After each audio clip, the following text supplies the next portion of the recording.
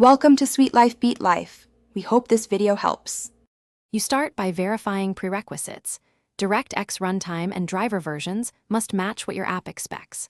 Once done, install the latest GPU driver and reboot so the OS and driver are in a clean state. Next, enable the D3D debug layer and request device debug flags when creating the device. This gives you immediate diagnostic output. You do this now so subsequent calls return richer error info instead of a generic code, making troubleshooting faster and more actionable. You now exercise the failing path and call GetDeviceRemovedReason immediately after the device becomes lost. Timing matters because later calls can mask the original reason. Log the result and any driver tool or debug layer messages.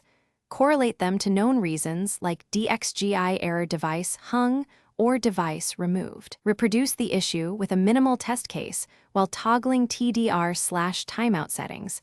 This isolates whether long GPU workloads or driver resets trigger the removal. Make sure to capture call stacks and input that let you implement fixes based on the logged reason.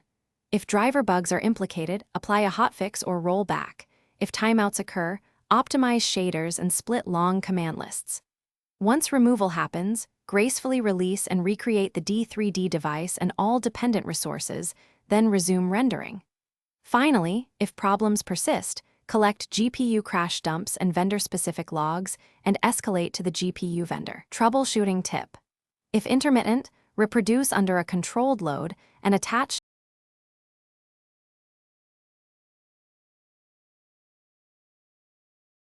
Thanks for watching. Consider subscribing if we helped you.